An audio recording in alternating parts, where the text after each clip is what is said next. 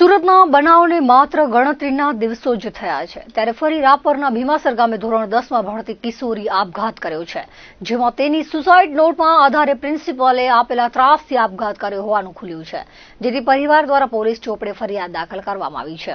રાપરની સરકારી હાઈસ્કૂલમાં ધોરણ 10માં અભ્યાસ કરતી સગીરાએ પોતાના ઘરે ગળે ફાંસો ખાઈ આપઘાત કર્યો હતો। તેની દફનવિધિ કર્યા બાદ પરિવારે ઘરે જઈ સગીરાના રૂમમાં સામાન તપાસ કરતા તેની બુકમાંથી એક સુસાઇડ નોટ મળી આવી હતી, જેમાં સરકારી હાઈસ્કૂલની પ્રિન્સિપાલ જિજ્ઞાસાબેન ચૌધરીએ અવારનવાર હતભાગીને માનસિક ત્રાસ આપ્યો હોવાનું લખ્યું હતું। શાળામાં વિશ્વા તરફ હાથ દેખાડી નાપાસ કરવાની ધમકી આપી માનસિક ત્રાસ આપી અપમાન કરાયું હતું, જે સહન ન થતા સગીરાએ અંતિમ પગલું ભર્યું હતું, જેથી જિજ્ઞાસાબેન ચૌધરી સામે મરવા માટે મજબૂર કરવા તેમજ એટ્રોસિટી એક્ટ સહિતની કલમો હેઠળ આડેસર પોલીસ મથકે ગુનો નોંધાયો હતો। રાપરના ભીમાસર ગામે વણકરવાસમાં રહેતા સવજી પરમારે જણાવ્યું હતું કે 15 વર્ષીય દીકરી વિશ્વા ભીમાસર ગામની જ સરકારી હાઈસ્કૂલમાં ધોરણ 10માં અભ્યાસ કરતી હતી। રાપરના પ્રાંત અધિકારીની હાજરીમાં દફનાવેલો દેહ બહાર કાઢી પીએમ અર્થે જામનગર મોકલવામાં આવ્યો હતો। ભીમાસર ગામે તારીખ 17/1/2025 સવારના કલાક 10:30 થી 2 વાગ્યા સુધીમાં ફરિયાદીની સવજીભાઈ પરમારની સગીર વયની દીકરી ઉંમર વર્ષ 15 ઘરે ગળા ફાંસો ખાઈ લીધેલ। ત્યારબાદ એમણે સામાજિક રીત રિવાજ મુજબ એમની દફનવિધિ કરવામાં આવેલ। ત્યારબાદ ફરિયાદી સવજીભાઈ પરમાર આડેસર પોલીસ સ્ટેશન ખાતે સુસાઇડ નોટ સાથે આવેલા, જેથી એસડીએમ ભચાઉની રૂબરૂમાં ફરિયાદીની દીકરીની લાશ બહાર કાઢી અને એમને જામનગર ખાતે પીએમ માટે રવાના કરવામાં આવેલ। ત્યારબાદ જે ફરિયાદીની દીકરીની જે સુસાઇડ નોટ મળેલ છે તેમાં એમના કહેવા મુજબ સરકારી હાઈસ્કૂલ ભીમાસર ખાતે પ્રિન્સિપાલ તરીકે ફરજ બજાવતા જિજ્ઞાસાબેન ચૌધરીના માનસિક ત્રાસથી તેમને આપઘાત કરેલ હોવાનું પ્રાથમિક જણાઈ આવેલ છે, જેથી આ બાબતે આડેસર પોલીસ સ્ટેશન ખાતે બીએનએસ કલમ 107 તેમજ એટ્રોસિટી એક્ટ મુજબ ગુનો દાખલ કરી આગળની કાર્યવાહી ચાલુ કરવામાં આવેલ છે।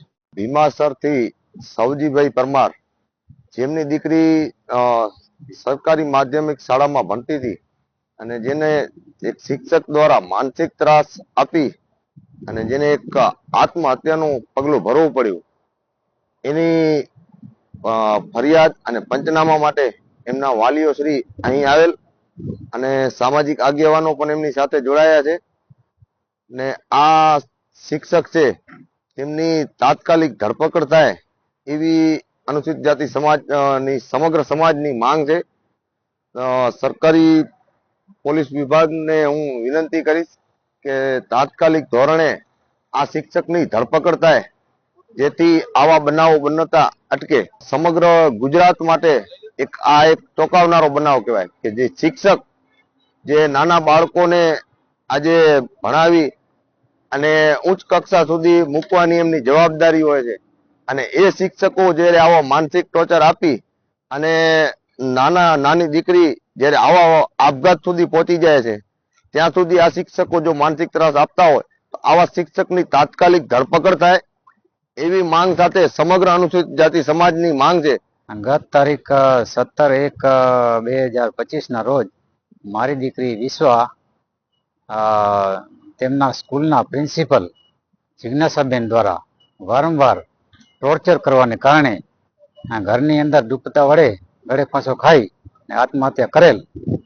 આ દુઃખની ઘડીમાં હું અત્યારે એટલું જ કહેવા માંગુ છું કે મારી દીકરી વિશ્વાને પૂરતો ન્યાય મળે અને ભવિષ્યમાં કોઈ આવી દુઃખદ ઘટના ન બને અને પોતાના લાડકવાય સંતાન ન ગુમાવે। સુસાઇડ નોટમાં મારી દીકરી એવું લખેલ હતું કે મારા મોતનું કારણ અમારા આચાર્ય તથા ક્લાસ લેતા શ્રી જિજ્ઞાસાબેન ચૌધરી મને વારંવાર એક વસ્તુનું ટોર્ચર કરતા રહેતા કે તને પાસ નકામી કરી, એવું મને મગજમાં લાગી હતા। હું આ બધું સહન કરી શકું એવી પરિસ્થિતિ નથી, એવી સુસાઇડ નોટ લખેલી અને આત્મહત્યા કરી લીધેલી।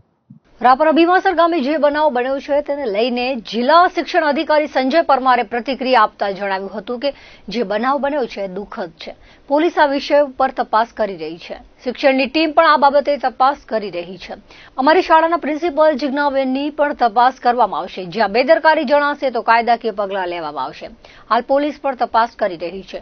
આવા બનાવ બીજી વાર ન બને અને આવી કંઈ પણ વિદ્યાર્થીઓને સમસ્યા થતી હોય તો એના પરિવાર સાથે સીધા જિલ્લા શિક્ષણ અધિકારીનો સંપર્ક કરે તેવો અનુરોધ કર્યો હતો। ભીમાસરના બનાવ સંદર્ભે પ્રાથમિક વિગતો અમને મળી છે, એના અંદર અત્યારે હાલ પોલીસ તપાસ કરી રહી છે।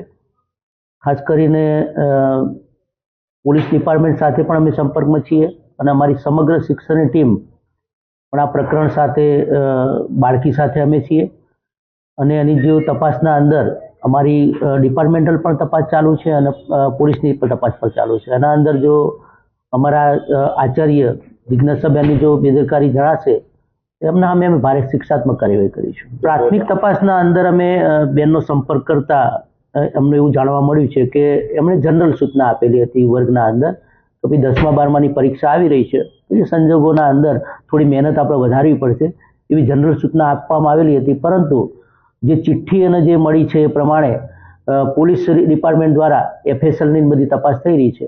એના અંદર જો પોલીસ ડિપાર્ટમેન્ટ દ્વારા જો આપણને એવા પ્રાથમિક સંકેતો મળશે તો એના અમે તાત્કાલિક અમે કાર્યવાહી કરીશું. એટલે અમે અત્યારે પોલીસ રિપોર્ટની રાહ જોઈ રહ્યા છીએ. બીજી બાજુ અમારા ડિપાર્ટમેન્ટલ વર્ગ 2ની ટીમ પણ એક તપાસ કરી રહી છે અને બંનેના સંયુક્ત રિપોર્ટના આધારે અમે કાર્યવાહી કરીશું.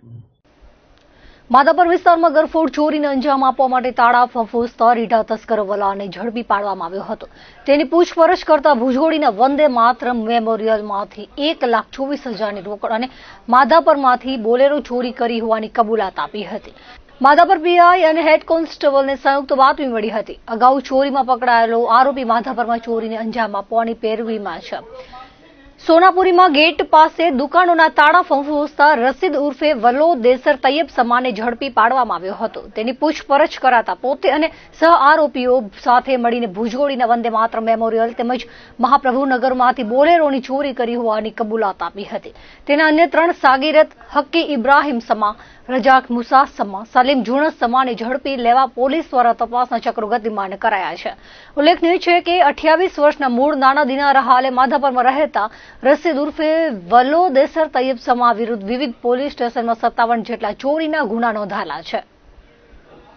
ભુજમાં દરબારગઢના ગઢરાંગ પાસે કચરાના વિસ્ફોટક ફેંકવામાં આવતા શ્વાનનું મોત થયું હતું. આ ઘટનામાં A ડિવિઝન પોલીસે ફરિયાદ નોંધીને કેમ્પ એરિયા સલીમ ઉર્ફે ભોલુ આમદ કુંભાર અને સંજોગનગરના અજીજ હાજી મણિયારને ઝડપી લીધા છે.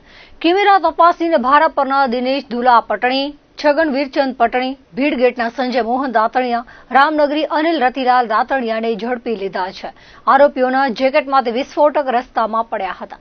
તેઓ ભારાપરના ખેતરે ભૂંડને આવતા અટકાવવા માટે આ વિસ્ફોટક લઈને જતા હતા. આ વિસ્ફોટક બનાવી તેઓએ તેના પર ઘઉંનો લોટ લગાવ્યો હતો. શ્વાન ખોરાક સમજીને ખાવા જતા વિસ્ફોટ થયો હતો. પોલીસે અપીલ કરતા જણાવ્યું હતું કે આવી કોઈ સંદિગ્ધ વસ્તુ મળે તો પોલીસને જાણ કરવામાં આવે. સાથે ચેતવણી આપી છે કે કોઈ વાડી માલિકો કે ઈસમો પશુઓને આ પ્રમાણે વિસ્ફોટકથી હાનિ પહોંચાડશે તો ગંભીર કલમો હેઠળ ગુનો દાખલ કરીને કાયદેસરની કાર્યવાહી કરવામાં આવશે.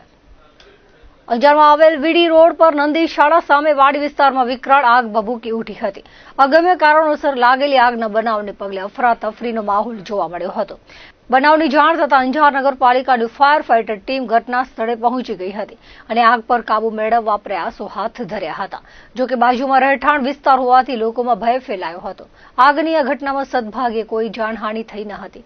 અંજાર નગરપાલિકા અને પોલીસની પ્રશંસનીય કામગીરીથી આગ કાબુમાં આવી હતી. તો બીજી તરફ ભુજના જવાહરનગર અને ધરમપરની વચ્ચે ઘાસ ભરેલી ગાડીમાં આગ લાગી હતી. ભુજ ફાયર બ્રિગેડને જાણ કરવામાં આવતા ટીમ ઘટના સ્થળે ધસી ગઈ હતી અને આગને કાબુમાં લેવા પાણીનો મારો ચલાવ્યો હતો. મહામહેનતે આગ પર કાબુ મેળવાયો હતો. આ કામગીરીમાં ફાયર ફાઈટરનો સ્ટાફ જોડાયો હતો. શાળા સલામતી સપ્તાહના ઉપક્રમે રાપર તાલુકાના કુડા જામપર ખાતે ભચાઉ ફાયર ટીમ અને રાપર ફાયર ટીમ દ્વારા મોક ડ્રીલનું આયોજન કરાયું હતું. જેમાં શાળાના વિદ્યાર્થીઓને આગના અકસ્માતો દરમિયાન કેવી રીતે પ્રતિકાર કરવો તેની સમજણ આપવામાં આવી હતી. વિદ્યાર્થીઓને આદર્શ રીતે ફાયર એક્સટિંગ્યુશર કેવી રીતે વાપરવું તે શીખવવામાં આવ્યું હતું. સાથે જ કઈ પ્રકારની આગમાં કઈ રીતના ફાયર એક્સટિંગ્યુશર ઉપયોગી થાય છે તે વિશે પણ વિસ્તૃત માર્ગદર્શન અપાયું હતું. આ પ્રશિક્ષણનો હેતુ વિદ્યાર્થીઓમાં આપત્તિ સમયે ઝડપી અને અસરકારક પગલાં લેવા માટેના આત્મવિશ્વાસ અને જ્ઞાનનો વિકાસ કરવાનો હતો. તેમજ સલામતી પ્રત્યે જાગૃતતા, પ્રાથમિકતા, સુરક્ષાના પગલાં માટેની તત્પરતા વધારવાનો હતો. છેલ્લા 5 દિવસથી ચાલી રહેલા લોક સાંસ્કૃતિક મહોત્સવનું શુક્રવારે સમાપન થયું હતું. વિન્ટર ફેસ્ટિવલમાં ઓડિશા, કચ્છ અને ગુજરાતના કલાકારોએ લોકગીતો, લોકસંગીત અને લોકનૃત્યો રજૂ કર્યા હતા. વિવિધતામાં એકતાની સંસ્કૃતિના દર્શન કરાવવાના મુખ્ય ઉદ્દેશ્ય સાથે વિન્ટર ફેસ્ટિવલ યોજાયો હતો, જેનું સંસ્કૃતિના ગૌરવ અને ગરિમા સાથે સમાપન થયું હતું. અંતિમ દિવસે સાંજે રેયાણ કાર્યક્રમમાં બાળ કલાકારે ઉદ્દેશ્ય વોરાએ ગીતોની રમઝટ બોલાવી હતી. સાથે તેણે વાંસળી પર ગીતોની ધૂન વગાડીને સૌને મોહિત કર્યા હતા. સાથે હરમન ઝાલાએ ઢોલ પર અને પૂજન જોશીએ ઓર્ગન પર રંગત જમાવી હતી. મેઇન સ્ટેજ ઉપર કચ્છના પ્રખ્યાત કલા વારસો ગ્રુપ દ્વારા કચ્છી ગુજરાતી લોકગીતો પ્રસ્તુત કરવામાં આવ્યા હતા. તેની સાથે ઓડિશાના ગોટીપુઆ ગ્રુપ દ્વારા ઓડિશાનું લોકસંગીત પણ રજૂ કરવામાં આવ્યું હતું. ત્યારબાદ માર્ગમ ડાન્સ એકેડમી ગાંધીધામે કચ્છની કલા અને સંસ્કૃતિની થીમ પર નૃત્ય રજૂ કર્યું હતું. ઓડિશાના નૃત્ય મલ્હાર ગ્રુપના કલાકારો Mahari dance, Pratibha folk and tribal dance group પારંપરિક માડલી અને બનાવડી ડાન્સ, ગોટીપુઆ ગ્રુપના કલાકારો શિવબંદના અને મિક્સ બાંધા ડાન્સની પ્રસ્તુતિ કરી હતી. ઓડિશાના સાંસ્કૃતિક નૃત્યો જોઈને પ્રેક્ષકો મંત્રમુગ્ધ થઈ ગયા હતા. લોકપ્રિયતાના શિખરે બિરાજતા ગુજરાતી હિપહોપ બેન્ડ અઘોરી મ્યુઝિકના કલાકારોએ ગુજરાતી લોકગીતો અને ગુજરાતી રેપ સોંગની રમઝટ બોલાવી લોકોને ડોલાવ્યા હતા. આ કાર્યક્રમમાં ક્રાંતિગુરુ શ્યામજી કૃષ્ણ વર્મા, કચ્છ યુનિવર્સિટીના vice chancellor Mohan Patel, principal district જજ K L. Vyas, Adani port and સેઝના એક્ઝિક્યુટિવ ડાયરેક્ટર રક્ષિત શાહ, પ્રાગમહેલના આર્કાવિસ્ટ દલપત દાણીધારિયા, ગેમ્સના chief medical superintendent doctor Narendra Hirani, સરકારી ટીબી હોસ્પિટલના superintendent doctor Prachi Doshi, K Patel super speciality હોસ્પિટલના CEO doctor Trupti Patel, district registrar સહિતના ઉપસ્થિત રહ્યા હતા.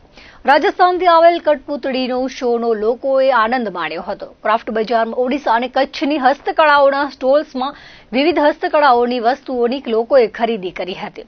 જાદુગર ક્રેનિલ બ્રહ્મક્ષત્રિય લોકોને કાર્ડ્સના અલગ અલગ જાદુ બતાવીને લોકોને અચંબિત કરી દીધા હતા. ભાવનગર, અમદાવાદ અને કચ્છના નૃત્ય ગ્રુપના કલાકારો તેમજ ઓડિશાથી પધારેલા તમામ લોકસંગીત લોકનૃત્યોના કલાકારો અને વિવિધ ક્રાફ્ટના કારીગરો તેમજ ઓડિશાના ટ્રેડિશનલ ફૂડના નિષ્ણાંતોનું કાર્યક્રમમાં પધારેલા મહાનુભાવોના હસ્તે સન્માન કરવામાં આવ્યું હતું. Srujan creations, LLDC craft museum, Agrocel, VRTIના કર્મચારીઓએ કાર્યક્રમને સફળ બનાવવા જહેમત ઉઠાવી હતી. ધ વિન્ટર ફેસ્ટિવલનું સમગ્ર આયોજન LLDC ક્રાફ્ટ મ્યુઝિયમના PR, IT અને ઇવેન્ટ્સ હેડ મહેશ ગોસ્વામીએ સંભાળ્યું હતું. ઉત્તરાયણ બાદ કચ્છવાસીઓને કાતિલ ઠંડીના લાંબા દોર બાદ થોડી રાહત મળી હતી. જોકે છેલ્લા 2 દિવસથી કચ્છમાં ફરી ઠંડીની તીવ્રતામાં વધારો થયો છે.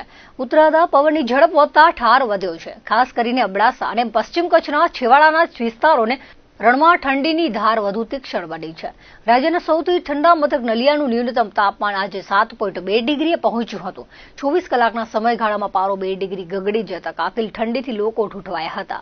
જિલ્લા મથક ભુજનું 12.6 અને કંડલાનું 14.2 ડિગ્રી લઘુત્તમ તાપમાન નોંધાયું હતું. ડંખીલા વાયરાનું જોર વધતા ઠારનું સામ્રાજ્ય છવાયું હતું. ગઈકાલે મોડી સાંજથી બજાર અને માર્ગો પર ચહલપહલ ઘટી હતી. આજે મોડી સવાર સુધી વાતાવરણ ઠંડુગાર રહ્યું હતું. લોકોને ફરી ગરમ કપડાં લપેટી રાખવાની ફરજ પડી હતી. હવામાન શાસ્ત્રીઓએ આ સપ્તાહના અંત સુધી તાપમાનમાં સામાન્ય વધઘટ સાથે ઠંડીનો પ્રભાવ યથાવત રહેવાની આગાહી કરી છે. દિવસના ભાગે સૂર્યનારાયણની કૃપા વરસતા વાતાવરણ હૂંફાળું રહેતા લોકોને આંશિક રાહત મળી હતી.